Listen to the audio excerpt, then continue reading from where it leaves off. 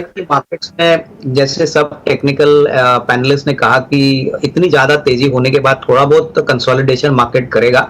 और मुझे लग रहा है कि जो टीसीएस के नंबर्स आ गए वो इतने अच्छे नहीं है कि मार्केट्स को पसंद आए। इनफैक्ट यहाँ पे आपको शायद आज के सेशन में थोड़ा बहुत सेल ऑफ आईटी कंपनीज में देखने को मिलेगा, क्योंकि कमेंट्री खराब नहीं थी, लेकिन जो नंबर्स आए थे वो मेरे ख्याल से मार्केट्स को इतना लुभा नहीं पाए। दूसरी बात, मैं समझता हूं कि रिलायंस में अगर कोई भारी गिरावट आती है तो उसका इंपैक्ट पूरी तरह से मार्केट्स में आ सकता है। हालांकि अभी कहना मुश्किल है कि किस प्रकार से कितनी गिरावट आएगी, लेकिन डेफिनेटली ऊपरी लेवल पे यहाँ पे भी वीकनेस दिख रहा है।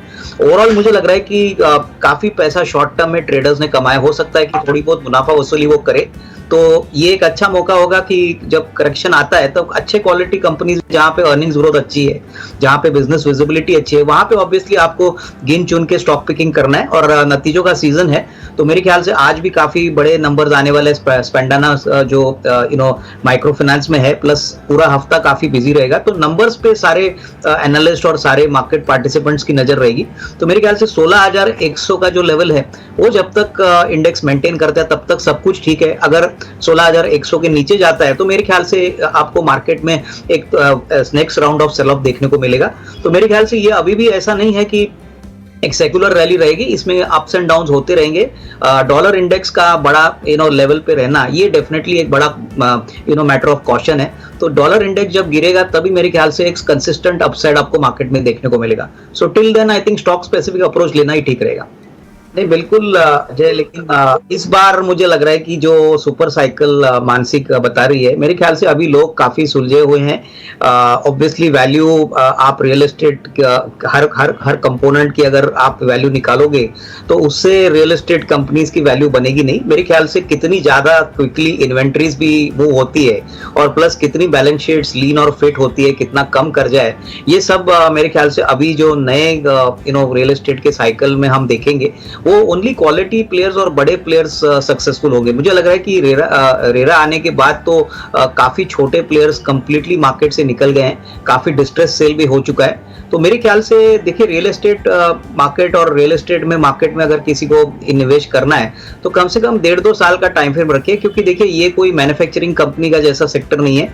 इसमें every quarter will not be the same quarter. तो अगर 1.5-2 साल का टाइम फ्रेम कोई रखना चाहे तो मेरे ख्याल से काफी अच्छे विकल्प है, जैसे गोदरेज प्रॉपर्टीज है, ऑब्रेर है, महिंद्रा लाइफ स्पेस है, सोबा डेवलपर्स है। ये सारे क्वालिटी प्लेयर्स है और काफी कॉर्पोरेट्स और रिटेल सेक्टर को केटर करते हैं। तो डेफिनेटली लॉन्ग टर्म प्रोस्पेक्ट्स अच्छे हैं, लेकिन मार्केट्स में जब भी आपको गिरावट मिलेगी तब थोड़ा थोड़ा करके एसआईपी के पॉइंट ऑफ व्यू से यहाँ पे निवेश करिए, क्योंकि सेक्युलर ग्रोथ तो डेफिनेटली आएगा, बट उसमें टाइम फ्रेम लंबा निवेश करने का एक बहुत बड़ा इंपॉर्टेंस है जो इन्वेस्टर्स को याद में रखना चाहिए। क्योंकि क्वार्टरली रन रेट हो सकता है कि एक क्वार्टर में ऊपर हो, एक क्वार्टर में नीचे हो, बट 12 मंथ्स का जो ट्रेंड लाइन दिख रहा है वो काफी पॉजिटिव है।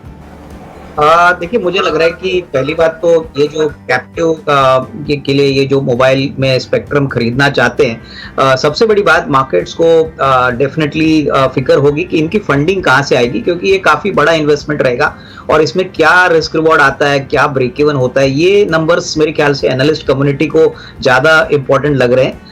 मेरे ख्याल से दूसरे प्लेयर्स के लिए तो अभी उन्होंने ओपनली कहा है कि मोबाइल टेलीफोनी में उनका कोई इंटरेस्ट नहीं है, तो वहां पे आरपूस पे या कस्टमर्स पे कोई ज्यादा इंपैक्ट आएगा नहीं।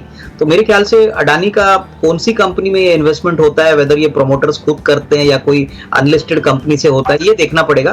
बट पूरी बैलेंस शीट मेरे ख्याल से जो भी बिजनेस अडानीज का है वो ज्यादातर डेट फंडेड है, और ये अगर ज्यादा उनका कर्जा बढ़ाता है तो कहीं ना कहीं इंस्टीट्यूशनल जो बायर्स है, म्यूचुअल फंड्स है, यहाँ पे थोड़ी बहुत अभी भी उनको कंसर्न्स है कि हाईली लिवरेज्ड बिजनेस चलाते हैं ये।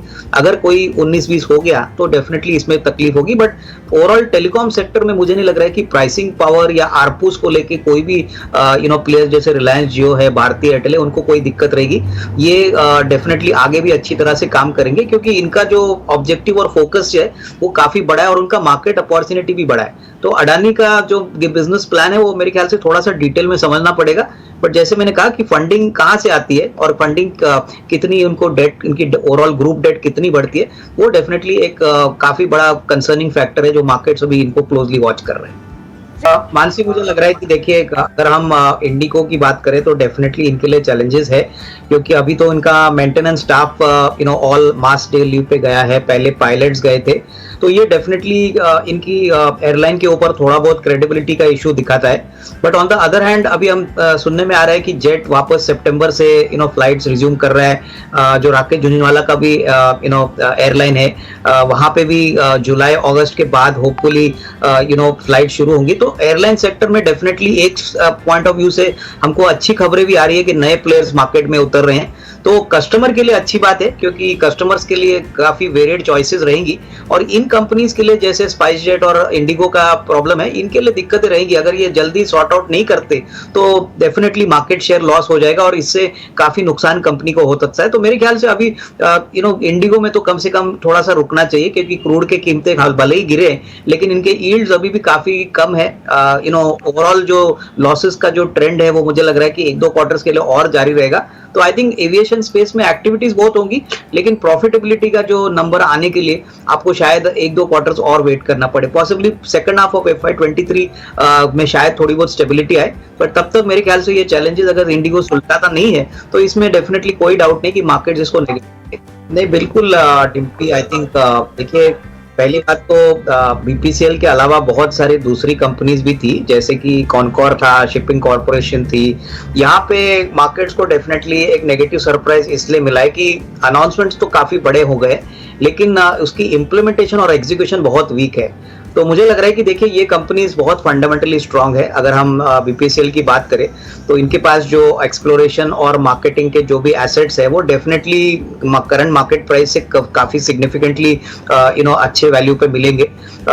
यहाँ पे ग्लोबल इंटरेस्ट भी काफी अच्छा है। इनफैक्ट ये जब शुरुआत उन्होंने की थी तभी पैंडेमिक हो गया, कोविड के कारण भी काफी हद तक ये थोड़ा सा प्रोसेस डिले हो गया। तो मेरे ख्याल से अगर इस साल होपफुली कोविड नहीं होता है तो हमको दिसंबर तक कुछ ना कुछ अच्छी खबर बीपीसीएल में देखने को मिलेगी और यहाँ पे अच्छे सिग्निफिकेंट वैल्यूएशंस पे ये कंपनी बिक सकती है। यहाँ पे गवर्नमेंट पूरी तरह से इसको बेचना चाहती है, तो जो भी खरीदार आएगा, होपफुली ग्लोबल कंपनी आएगी तो इसमें और थोड़ी रीरेटिंग हो सकती है। इनका बिजनेस मॉडल बहुत स्ट्रांग है और सारे ऑयल मार्केटिंग कंपनीज को आप कंपेयर करें तो BPCL stands out compare to HPCL और आईओसी। तो मुझे लग रहा है कि देखिए, जिनको अभी निवेश करना है जब कुछ भी नहीं हो रहा है, तभी एक अच्छा मौका बन सकता है, क्योंकि ओवरऑल काफी नेगेटिविटी स्टॉक में ऑलरेडी फैक्टर्ड इन है। मुझे नहीं लग रहा है कि इससे काफी नीचे स्टॉक जाएगा और क्रूड के प्राइसेस भी थोड़े से कम हो रहे हैं, सॉफ्ट हो रहे हैं, तो इसका भी फायदा कंपनी को मिलेगा। तो net I think long term अच्छा है, बट शॉर्ट टर्म में जब तक ये इवेंट अनफोल्ड नहीं होता तब तक स्टॉक थोड़ा सा रेंज बाउंड ही रहेगा। मुझे लग रहा है कि इस लेवल पे रिस्क रिवॉर्ड आपके अच्छा है। इनफैक्ट मुझे लग रहा है कि जो पहली तिमाही के नंबर्स आएंगे वहां पे एसेट क्वालिटी का जो आंकड़ा है वो एक काफी इंप्रूवमेंट देखने का दमकम रखता है।